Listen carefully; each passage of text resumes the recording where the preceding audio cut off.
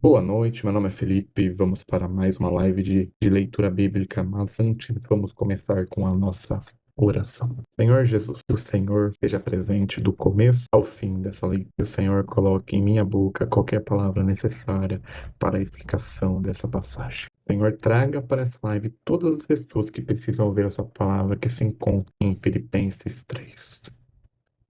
Agradeço por estar preso. Bom, nossa leitura de hoje é Filipenses 3, mas antes eu vou ler a introdução, carta de Filipenses da Bíblia, a mensagem. É a carta mais alegre de Paulo, e sua alegria é contagiante. Antes de chegar à 10ª linha, já começamos a sentir a alegria. A dança das palavras e as exclamações de contentamento nos envolve completamente. Mas a felicidade não é uma palavra que se possa entender como uma consulta ao dicionário. De fato, nenhuma das qualidades da vida cristã pode ser aprendida em livros. Algo mais que de disposições para aprender é necessário. Estar perto de alguém que, após anos de disciplina, nos mostra por seu procedimento em todas as áreas o que é a vida cristã. Sem dúvida, haverá algum instrumento verbal, mas o aprendizado adquire habilidades principalmente por estar associado íntima e diariamente com o mestre, aprendendo aspectos sutis, mas absolutamente essenciais, como noções de tempo, ritmo e toque. Quando lemos o que Paulo escreveu aos cristãos na cidade de Filipos, percebemos que estamos na companhia de um mestre. Paulo não diz que podemos ser felizes ou como ser felizes, ele simplesmente é feliz. Nenhuma das circunstâncias contribui para essa alegria. Ele, depois de 20 anos viajando a serviço de Jesus, ele estava cansado, recebera bem um descanso. Mas as circunstâncias são incidentais comparados com a vida de Jesus, o Messias, que Paulo experimente seu íntimo, pois não se trata de uma vida que aconteceu apenas num determinado momento da história, mas que continua a acontecer, transbordando sobre a vida daqueles que receberam por todo lugar. Cristo é a revelação de que Deus não pode ser contido ou armazenado. É essa extravagante qualidade da vida de Cristo que conta para a felicidade dos cristãos, pois a alegria é a vida em excesso, o fluir do que não pode ser contido dentro de alguém. De Paulo estava em prisão domiciliar em Roma, acusado de perturbar a paz. A prisão domiciliar era aplicada apenas aos que aguardavam julgamento. Fazia anos que Paulo aguardava esse julgamento sob o sistema romano. O acusado pagava o próprio aluguel, além da comida, cobertor, cantina, tintas. Enfim, todas as despesas pessoais. Assim, Paulo dependia de ajuda financeira dos amigos. Era arriscado sustentar alguém acusado de um crime contra o império, mas os crentes da distante cidade de Filipos enviaram dinheiro mesmo assim. Acorrentado a um soldado romano, Paulo passava o tempo ditando cartas a seus colegas, e esses mesmos a entregavam aos destinatários, pois não havia serviço postal. Para Filipos era uma colônia romana nas montanhas da norte da Grécia. Residiam ali muitos italianos veteranos da guerra e seu forte senso patriótico os faziam rejeitar os judeus como Paulo. Não havia sinagogas, apenas um lugar perto do rio que algumas mulheres se reuniam para orar. Uma dessas mulheres era Lídia, comerciante de tecido de luxo e também matriarca de uma grande família. Paulo conheceu Lídia durante uma breve permanência na cidade antes que os italianos o expulsarem. Ela e alguns de seus parentes, clientes e escravos aceitaram Jesus. Desde então, não apenas resistiram bravamente na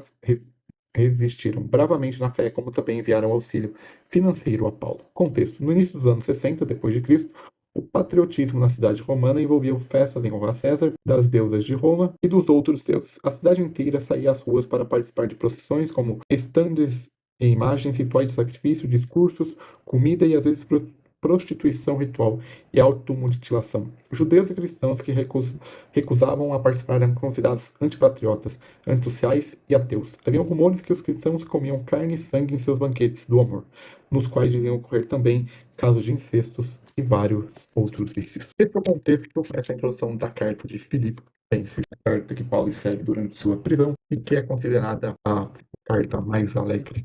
Bom, vamos para a leitura do capítulo 3 dessa carta. Lerei na Bíblia de Jerusalém, e como ela é uma Bíblia de estudo, eu também lerei os comentários.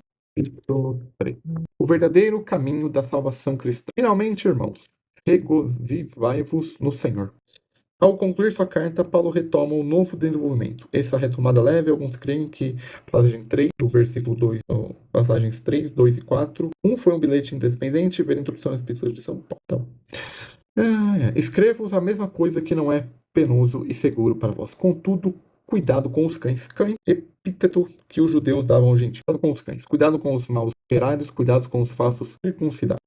A incisão, por um jogo de palavras em tom de desprezo, assimila a circuncisão carnal dos judeus à incisões que jorravam sangue dos cultos gentílicos. Os circuncisados somente nós que prestamos culto pelo Espírito de Deus. E talvez, né, cadê? E que serve a Deus e nós glorifiamos em Cristo, e nós gloriamos em Cristo Jesus e não confiamos na carne. A carne significa aqui todo o regime da velha lei, em suas observâncias carnais de que a circuncisão era caso típico. Paulo lembra várias vezes seu passado judaico, mas nunca com tantos pormenores como aqui. Aliás, eu poderia até confiar na carne, e algum outro pensava que poder pode confiar na carne, eu ainda mais, circuncisado ao 8º dia da raça de Israel, da tribo de Benjamim, hebreu, filho de hebreus, de origem palestinense e falando a língua dos antigos, diferente dos helenistas. Quanto à lei, fariseu. Quanto ao zelo perseguidor da igreja, quanto à justiça que há na lei, irrepreensível, mas o que era para mim lucro, tive como perda por amor de Cristo, mas ainda tudo considero perda pela excelência do conhecimento de Cristo Jesus, meu Senhor.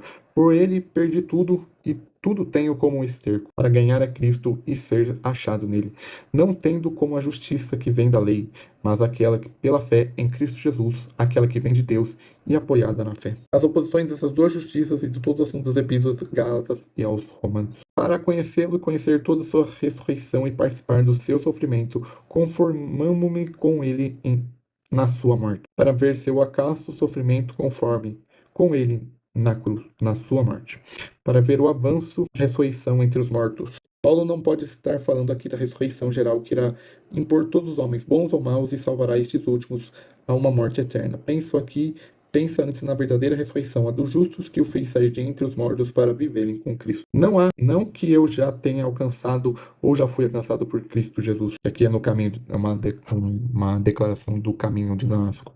Irmãos, não julgo que eu mesmo o tenha alcançado, mas uma coisa que faço, esqueça-me do que fica para trás e avanço para o que está adiante. Prossigo para o alvo, para o prêmio da vocação do alto que vem de Deus em Cristo Jesus. Portanto, todos nós que somos perfeitos, tenhamos esse sentimento. E se alguma coisa pensar, Deus vos esclarecerá. Entretanto, qualquer seja o ponto que aqui chegamos, conversamos o rumo. Sejam meus imitadores, irmãos, e observai o que andar, segundo o modelo que tendes em nós. Paulo espera que os indivíduos dentro da comunidade mostrem iniciativa e responsabilidade e os recomenda como líderes. Pois há muitos, Paulo visa provavelmente ao visto no versículo 2. Pois há muitos dos quais muitas vezes vos disse, e agora repito, chorando, que são inimigos da cruz de Cristo. Seu fim é a destruição. Seu Deus é o ventre. Alusão à observação alimentares que ocupavam um lugar importante na religião judaica. A sua glória está no que é vergonhoso. Alusão provável ao membro que você recebe a circuncisão. E seu pensamento que está sobre a terra, mas a nossa cidade está nos céus, e onde também esperamos ansiosamente como Salvador Jesus Cristo, que transfigurará nosso corpo humilhado, conformando-se no seu corpo glorioso pela força que lhe dá poder de submeter a si mesmo a tais coisas. E aqui nós finalizamos a leitura do capítulo 3 de Paulo, da carta de Filipenses, a carta de Paulo à igreja de Filipe. Tenha um bom resto de segunda-feira, uma boa semana, e até amanhã por volta das 6 horas ou 7. Tchau, tchau.